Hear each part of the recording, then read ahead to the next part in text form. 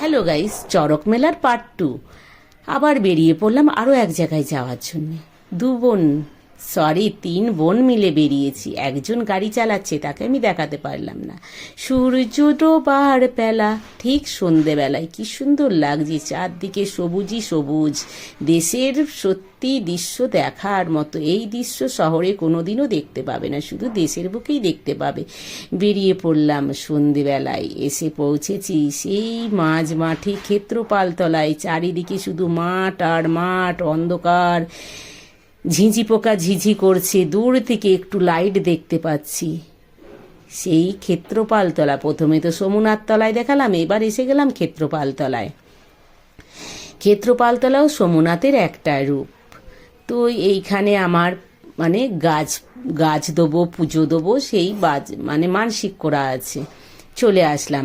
আমাদের বাড়ির একটা বাচ্চা মাথায় করে পুজো নিয়ে চলে আসলো, ছোট্ট মতো একটা বাচ্চা। ওই দেখো আগে চলে যাচ্ছে। আখির পৌঁছেই গেলাম ক্ষেত্রপালতলায়। এখানেও খুব ভিড়। আর এই সময় তো ভিড় তো হওয়ারই কথা, সেটা তো আর নতুন কথা না। আমরা মোমবাতি জ্বালছি, ঠাকুরের কাছে মোমবাতি জ্বালতে হবে। প্রায় 1.5 থেকে 2 ঘন্টা বসে রইলাম। আমি মোমবাতি জ্বেলেছি, আমার বোন মোমবাতি জ্বেলেছে, সবাই মিলে একসাথে বসে মোমবাতি জ্বালছি। কি ভালো লাগছে। আর এদিকে হচ্ছে ধুনুচি নাচ। এই দেখো কি সুন্দর, সত্যি দেখার মতো দৃশ্য। এইসব জায়গায় না আসলে, তোমরা না দেখলে বুঝতে পারবে না। অবশ্য সব জায়গায় আলাদা আলাদা রকমের পুজো হয়, কত রকম জায়গায় চড়ক মেলায় পুজো হয়। আমাদের এই ক্ষেত্রপালতলায় এইরকম ধুনুচি নাচ হচ্ছে, খুব ভালো লাগছে। তারপরে হবে যেটাকে বলে ঝাঁপ হবে। তারপরে নিচে আগুন জ্বলবে, তার নিচে ঝুলে আগুন সেঁক করবে। কত জায়গায় নিয়ম। আমি এই প্রথম দেখলাম আমাদের এই ক্ষেত্রপালতলায় এইরকম হয়।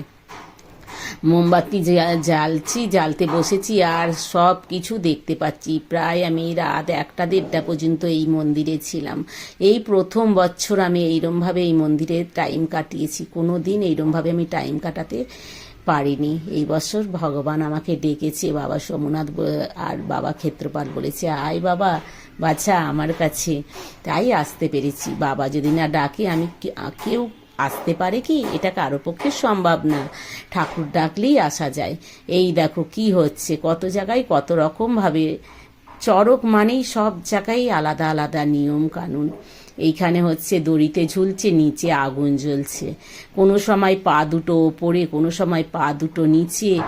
এই দেখো, হচ্ছে পা দুটো নিচে আর ওপরের দিকে মাথা করে ঝুলছে। আরও আমি অনেক রকমভাবে যে কি হচ্ছে সব কিছু তোমাদের সাথে শেয়ার করবো। তোমরা আমার সাথে থেকো, কেউ ভিডিওটা স্কিপ করবে না। এই দেখো পুরোপুরি আমি তোমাদেরকে দেখাতে পারলাম। নিচে দাও দাও করে আগুন জ্বলছে, আর তার ওপরে এই দেখো আগুনের মধ্যেই পা চলে গেল। এইও একটা ঠাকুরের লীলা।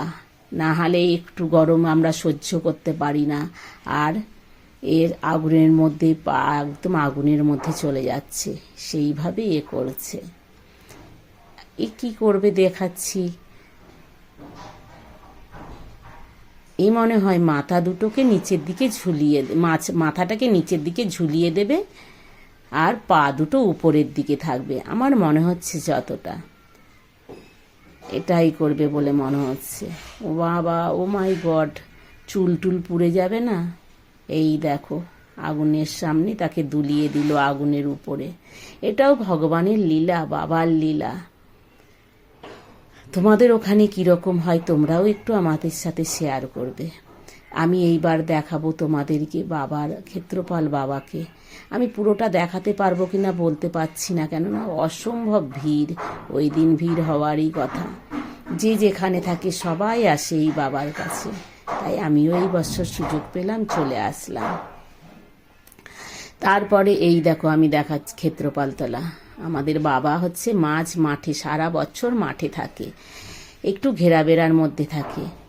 আর আজকের দিনে কি সুন্দর করে সাজিয়েছে। আজকের দিনে বাবা যে নিচে থাকে একদম পাতালের মধ্যে, একদম ওপরে উঠে আসে, এও একটা মহত্ব আছে, কাহিনী আছে এই বাবারও।